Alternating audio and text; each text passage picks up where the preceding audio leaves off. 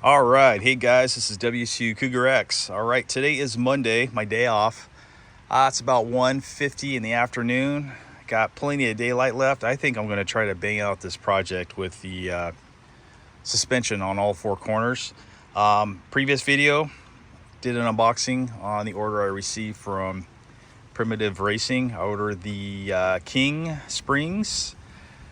I think they're the overload type. They're supposed to add like a 1/4 inch rise to each corner. And I just got the KYB XL G as in golf struts for this car. I didn't want to get too carried away with making this thing too stiff. As I mentioned before, my concern is with weight transfer. And if you're in the rally world, you know exactly what I'm talking about. If you have no idea what I'm talking about, well, weight transfer is one of the wonderful techniques that you can use in order to, turn a corner during rallying, as well as like certain braking techniques, if you will. But this video is not about that.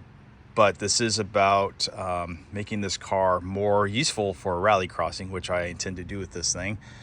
This thing will not be involved in any stage rally because I do not have a roll cage on the inside, nor at least at this time I don't plan on spending all that extra money on something like that. But hey, you know what?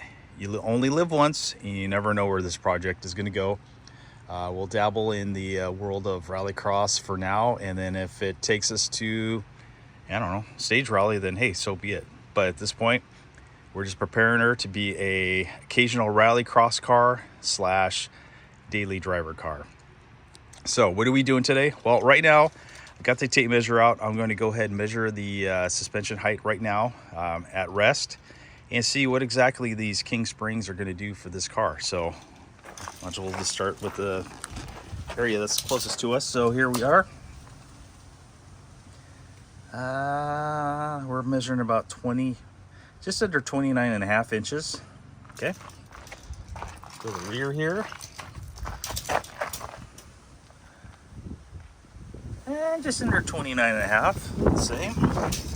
For whatever reason, I thought it sat a little bit lower in the back, but perspectives can be weird. All right, here, also just below 29.5.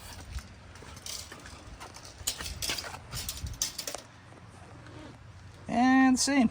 So yeah, all around 29.5, it's about the same. So we'll get our components all set up, get the jack out and get all my tools ready, and let's get after it. All right, so I think we're just going to tackle the rears first. It seems less complex. So really the only thing you need to do, I loosened up all 4 lug nuts. We're going to jack it up with the rear differential. Be careful here. And these little plastic pieces, at least on the 04 and 05s, literally just push up and pull.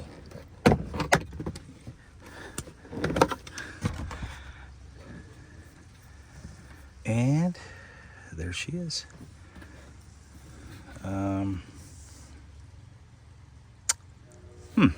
Interesting. That paint matches up. This one kind of matches up. That one does not. So, wonder if somebody's been in here already. I guess we'll find out.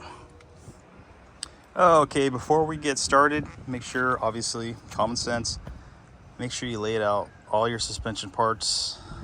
Make sure you have left and rights.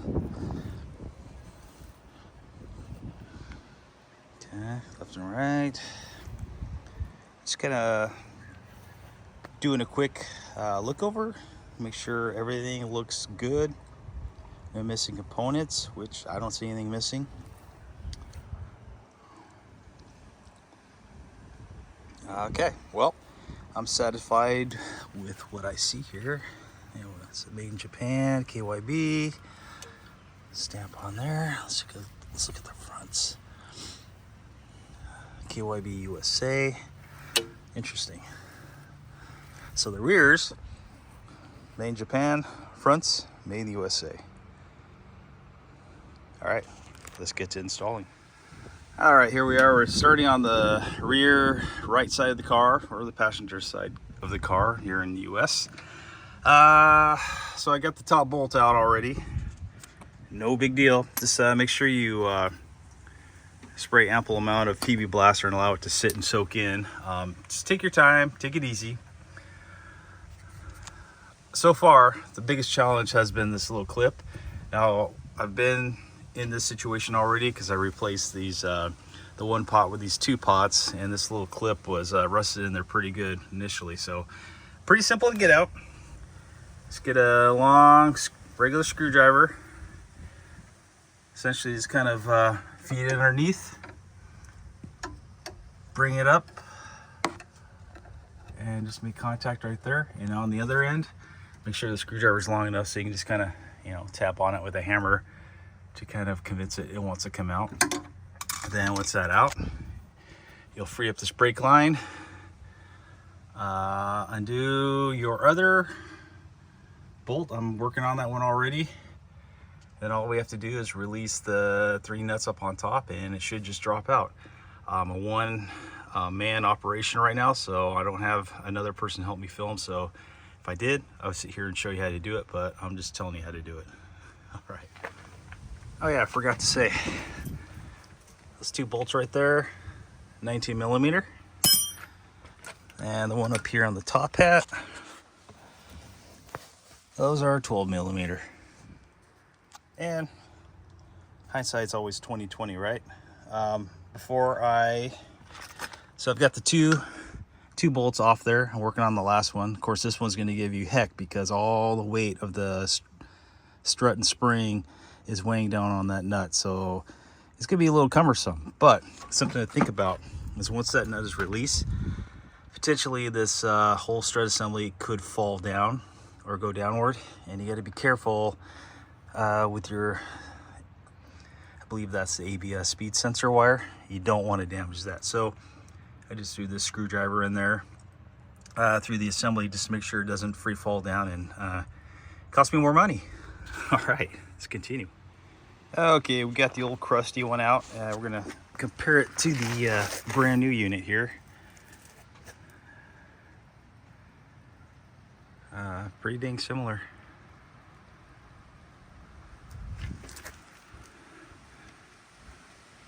I don't know if I need to attach that boot up higher or what the deal is with that. Or maybe this stuff will all kind of seat itself once it's in there, but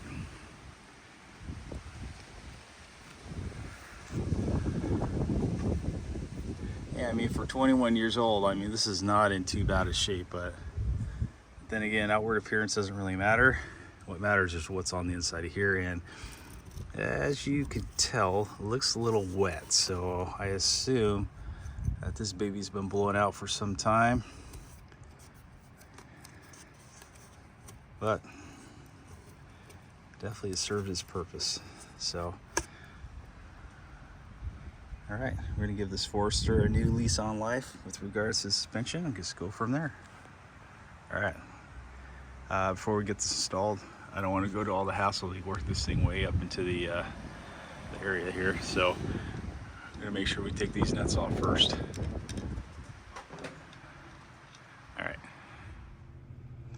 All right, well, you know, that was a hoot and a holler getting this first strut in there.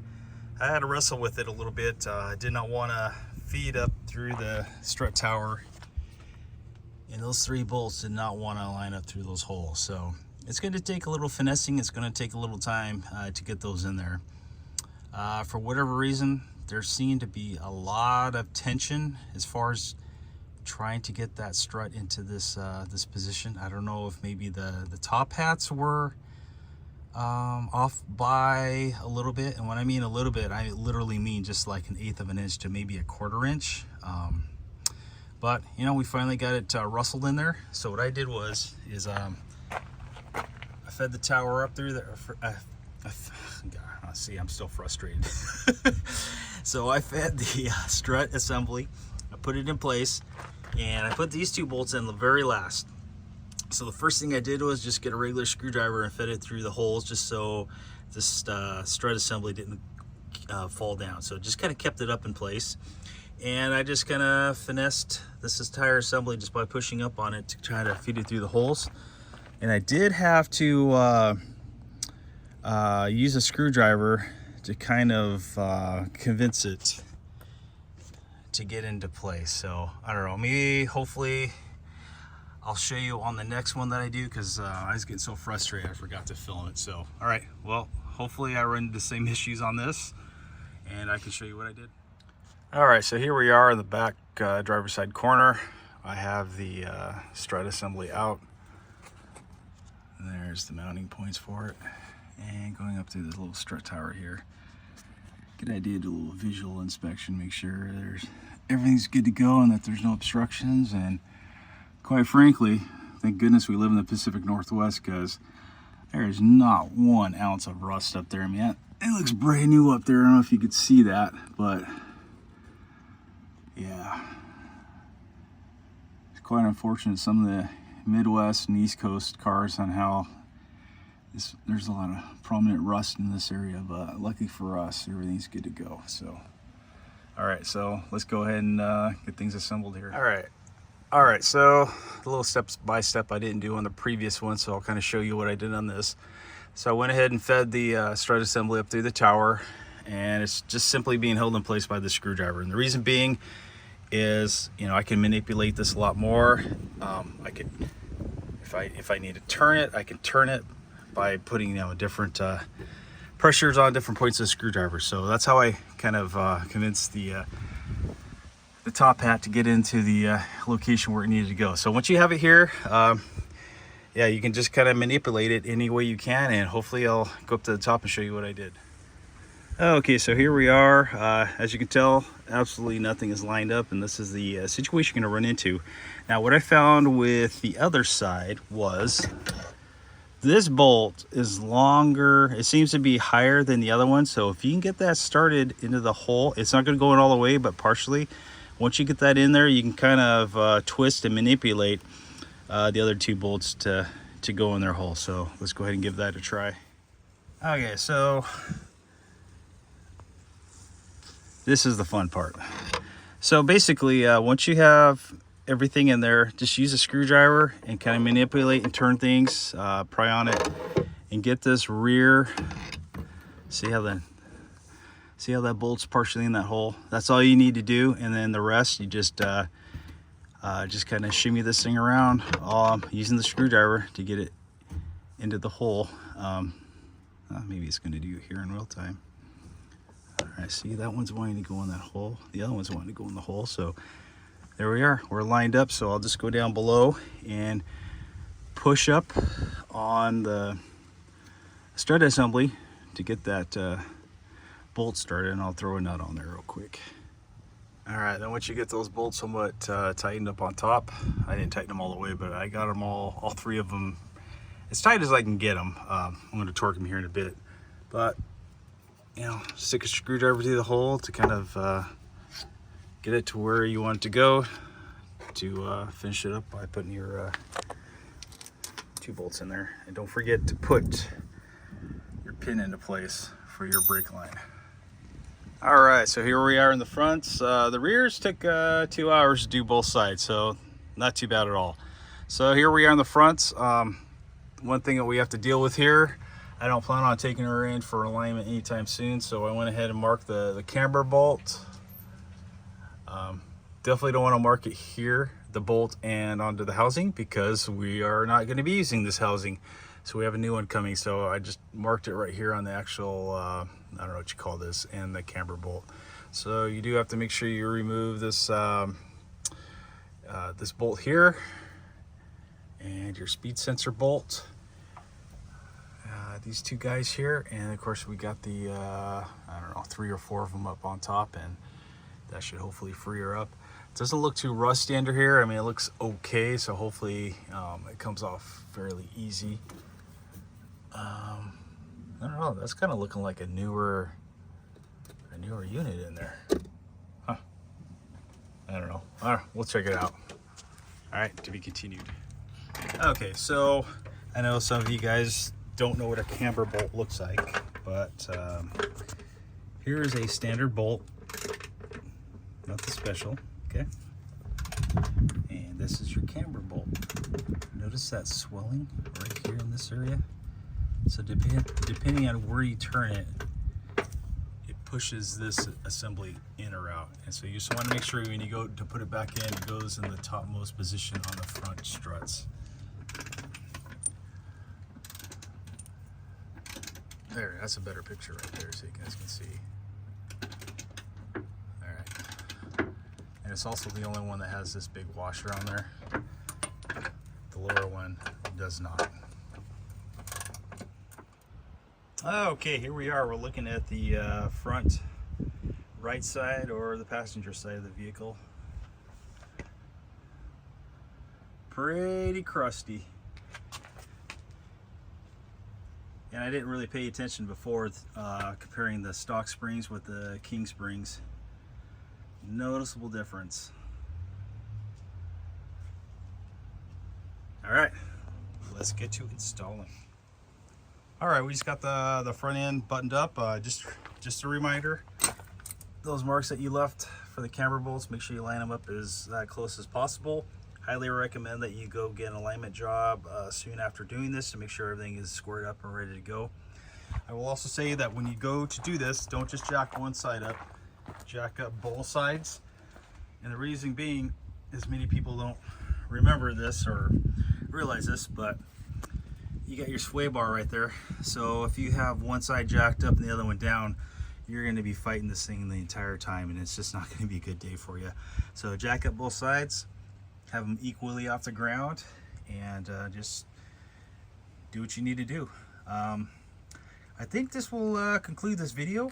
No, it won't, because I am going to remeasure after I take it for a drive. So I'm going to get this installed, and the next time you see me, I will it'll be ready to hit the road.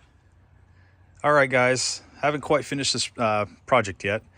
It is going on day 3 since I left off on this project because we ran into a slight snag. Of course, you know, no problem. I love challenge every once in a while, and this is no exception. Just allows me to go out and spend more money on parts, if you will. So I got 3 corners taken care of. This was the last corner. I thought it would take me, what, about 40 minutes to do until we ran into our little snag. So I got everything all disassembled as much as I could. And when I disassembled the spindle axle assembly thingamajiggy from the original strut assembly, I noticed she just kind of free fell down in this position. I didn't think anything of it. Thought, okay, no problem. So I went ahead and got the strut assembly mounted somewhat, and I went to mount this collar up into the bracket here, and she just wouldn't budge. Then I took a look at the CV axle. I don't know if you can see in there, but the inner CV axle boot is stretched. So I'm not sure what happened. Something broke on the inside of the inner CV joint there, to where the little 3 bearing assembly came out of its cup where it likes to sit. So I don't know if the little spring clip that holds it all in there broke or what the deal is. So rather than just kind of messing around with it, I just went ahead and ordered a brand new one. So it should be here hopefully next week. However, I'm going on vacation, so this project is going to be postponed for another 2 weeks. So with regards to the axle I ordered, I did see there was a number of aftermarket ones available, of course, all made in China. Those are all reman ones, and the brand new ones I could find were also made in China, and upwards of 170 bucks so per axle. I did not want to go that route because, as many of you guys have probably experienced, and I've already experienced this with my Volkswagens, is a lot of these remanufactured boots are made of a mystery rubber compound from China that only lasts 1,000 miles to 2,000 miles. So rather than spending all the money on something that's going to fail in a year, 2 years, 3 years, I just went ahead and bought an OEM Subaru one. Paid about 190 bucks, so I should be expecting that sometime maybe next week. But like I said, it's going to be postponed, at least for me, another 2 weeks. But if you're watching this video, it's only going to be a couple seconds. and it'll be after this segment. All right, parts ordered, parts en route. I am on my way to hitting the road. North Idaho, here we go.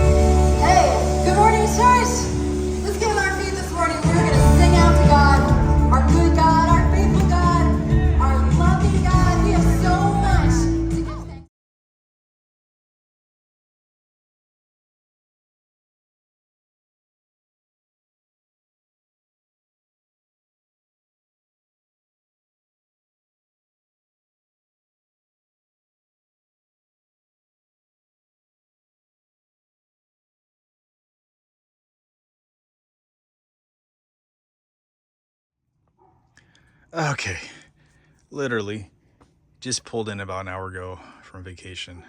I can finally get back to working on you. All right, so first order of business is we got to remove this old CV axle. And as I mentioned before, the inner axle bearings came out of the cup, so it would not go back in. So the only remedy for this is to cut the boot, and look, and there's the end product. It just dropped right to the ground. So from that, now I can hook this up and remove the axle nut, which we'll get to right now. Okay, now we are ready to remove this CV axle nut. Do make sure you pry up the tab that's probably pounded in here. Very important. I plan on just reusing this guy. Hopefully that tab falls somewhere else on this nut. But anyways, so at this point you could mount the tire back on, tighten the lug nuts down, drop the car to remove that. However, you could try this trick. Just take a box end wrench, put the box end here, open end down here, tighten it up, and what that will do is as you loosen it, it will go a bit against the caliper to prevent this from turning. But make sure you do put like a rag or something on there to keep it from chipping. Also, good idea to put a lug nut back on the threaded portion to protect them, because this will dent it in. So that's what I did here. Just tighten it down and remove the nut. Okay, now we are ready to remove the CV axle. Because I have both tires off the ground, make sure your steering wheel is locked. And because you're going to be applying lots of torque to this nut, it's not going to want to stay in a linear fashion. So use something. You can use a jack stand underneath the socket here, or like my case, I'm going to use this floor jack here to hold up the socket so I can get more torque on it as much as I can. Unfortunately, funny, I've been working on cars for as long as I can remember. I don't yet have an impact wrench. So one of these days. Okay, so if anybody's curious, there's the part number that we are using. And this particular drive shaft assembly is used in a lot of Subarus, so make sure you check to make sure you're good to go. But just comparing the old one to the new one. Now, what had happened was, this is going to be difficult to see because this thing is full of grease. But in there's three different compartments. This is a metal casing, and there's the three little bearings. And these bearings, depending on what you're doing when you're driving down the road, just sit here and glide around inside this this cup here. Now, when I had dropped the hub, it appears this bearing came off of this little stub here. I'm not sure how these are held on, but these are staying on. So this one popped off, which is why I couldn't get this assembly back into the cup here. So I'll get this cleaned up and take a closer look at it. If it looks decent, then I'll just go ahead and re-grease and reboot and just save it for, you know, a later time. But we're going to go ahead and put the brand new one on. So this is the inner side, that's the outer side. So when you go to put this in, there's this ring on here that snaps into place. So it's going to take a little doing. It's going to take a little pushing to get that to pop in there. All right, let's get to it. All right, I went ahead and just popped that bearing back in there. It took a little force to get in there, so I'm kind of surprised that it actually popped out in the first place. But just to kind of give you a visual, so as you're driving down the road, this thing is spinning, and when you go over different terrains, this bearing is allowed to move around. And the reason why it doesn't come off this hub is it has limited movement on the inside of this cup here. So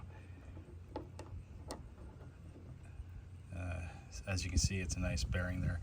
And I was quite surprised seeing there's no wear marks whatsoever on this thing. I don't see any heat marks either, so I am definitely going to reuse this. Let's order some new boots from Subaru, and yeah, save for, like I said, a later time.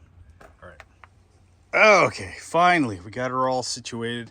Just looking at the car, it looks like she sits a little bit higher. So what are the readings? 30 and about, looks like 30 and a half. Rear driver, 30 and a quarter. I can't really do this side because she's off the deck. All right, I'm going to take her for a test drive and then do some measurements right after. All right, so just concluded my test drive, and let's do some measurements here. Looks like the front driver is about 30 inches, and the rears are 30 inches. So, and again, I can't do the other side because I wasn't thinking when I parked her. You know what? Let's just do it. Yeah, this isn't going to be exactly accurate. So about 30 inches. And 30 inches. So there you have it. All right, well, I don't know what else more I can say about this other than this particular project's completed. I took her out for a test drive. Definitely huge improvement in the body roll and the handling of the car. Quite impressed. Now, once again, on to the next project. All right, WC Grex out.